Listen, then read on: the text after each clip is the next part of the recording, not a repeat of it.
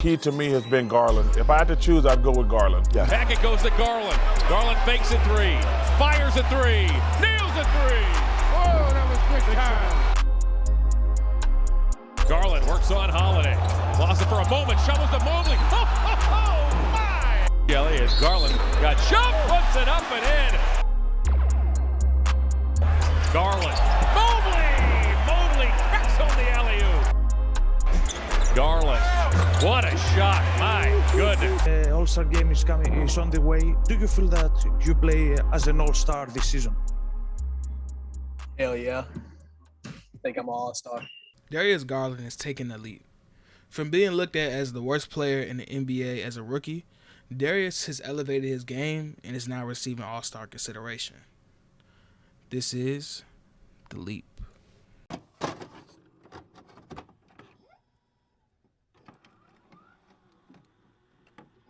Before getting to the NBA, Darius was a prep superstar. He was a 5-star recruit, McDonald's All-American, State Player of the Year, and all the accolades you can think of. And he was a top incoming freshman point guard going to Vanderbilt University. But it got cut short due to a knee injury, and he only ended up playing about 5 games at Vanderbilt. This didn't hinder Darius' draft stock though. As everyone knows, he went 5th overall, and the reason I bring up this injury in college is when players go to college, they go through a development phase of playing against young adults that are highly talented. And it's a sizable difference between that and high school basketball. And going through that season goes a long way for talented players and their development. And Darius missed this. And to conceptualize this, he essentially went from playing high school basketball to the NBA with about 5 games in between.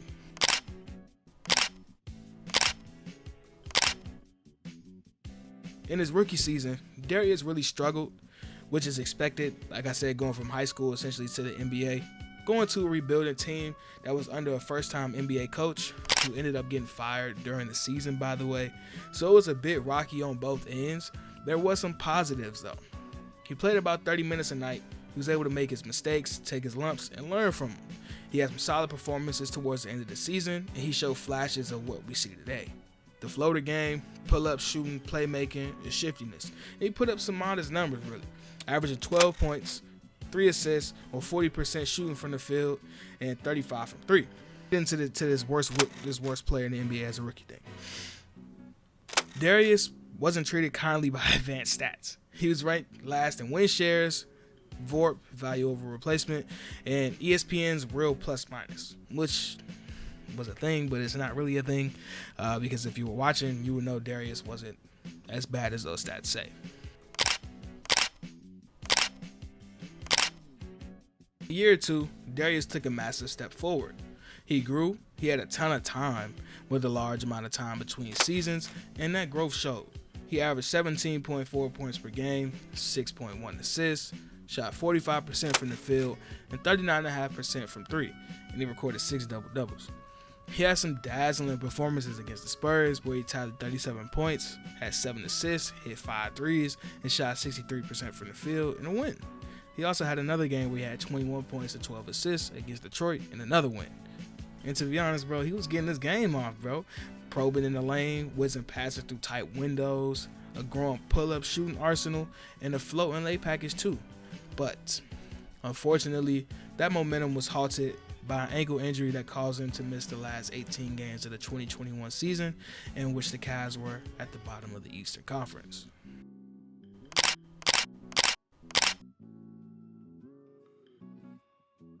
Now, this season, going into the season, Darius was pegged on a ton of people's most improved player list. He flashed his potential last season, and this year, he would ultimately build on that potential and ascend to that higher level of upper echelon guards in the NBA. And so far, he's delivered. His numbers may not have jumped drastically, but sure as hell got a lot better. And it's showing right now. As of this recording, on the season, Darius is averaging about 19 points a game, 8 assists, shooting 46% from the field and 36% from 3. And he's amassed 16 double-doubles and also tallied in a triple-double. And to contextualize the leap, in his rookie season, Darius had a plus-minus of -5, In year 2, he had a plus minus of -4, and this year it has exploded to a plus 7.4. And the cherry on top of all of this is that the Cavs are winning. As of right now, they're third in the Eastern Conference, and they're one game out of the 1 seed over halfway through the season. They have 30 wins. 30 wins. And if any of y'all actually thought that they would have 30 wins by the end of January, you might be like a genie or something, my guy. You might be a genie. And a big part of the Cavaliers' success is the weight that Darius is carrying on the offensive end of the floor. Darius' game has grown and matured. His playmaking ability has taken the biggest jump. His assist percentage has almost improved by 10%. Last season it was at 30%, and now it's sitting at about 38%. And his averages obviously increased from 6.1 assists per game last season to 8.2 this season. And some of this success is due to the synergy he's created with Jarrett Allen, which is another Cav that has also drawn some all-star consideration. And his synergy with Evan Mobley has grown as well. They run a ton of pick and rolls. There's a lot of dump offs, lobs, and absolute dimes.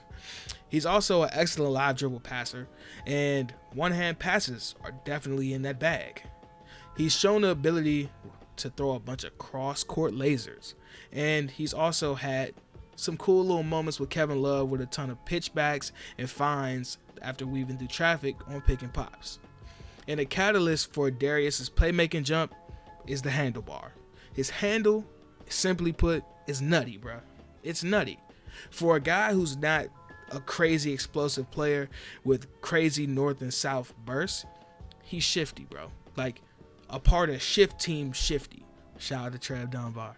The change of pace, the double tween, hezzy, half spin, step back, or a tween, hezzy, double cross. You know what I'm saying? I can't even really put it into words, but I digress from that.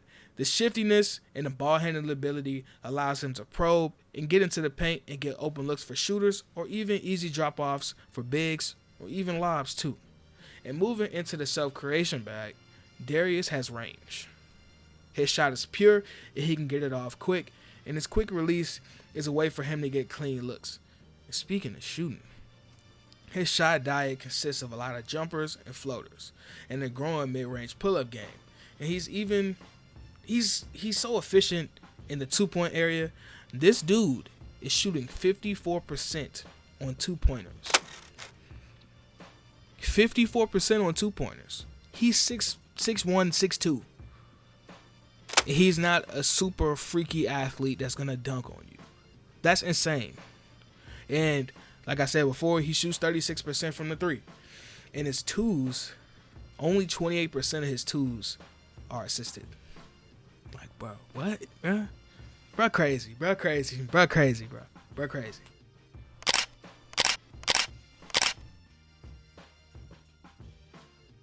Closing it out, this Cavaliers team has just been a freaking joy to watch, bro.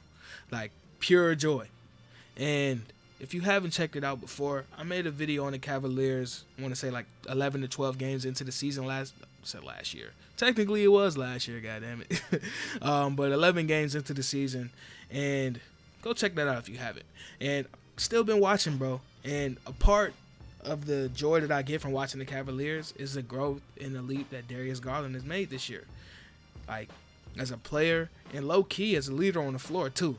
His infectious energy also brings, like, I don't know, bro. It's just so it gives you this joy, and all basketball fans can attest to this. When you get a player that's blossoming and ascending to the next level, and they're just the energy that they have about it is great. Darius is growing and blossoming into a star player in this league, and he still got areas to grow in. But he's been great this year, and please, if this is out before the All-Star game, the All-Star reserves are announced, put him in the All-Star game, goddammit. All right, folks. Till next time, stay cozy.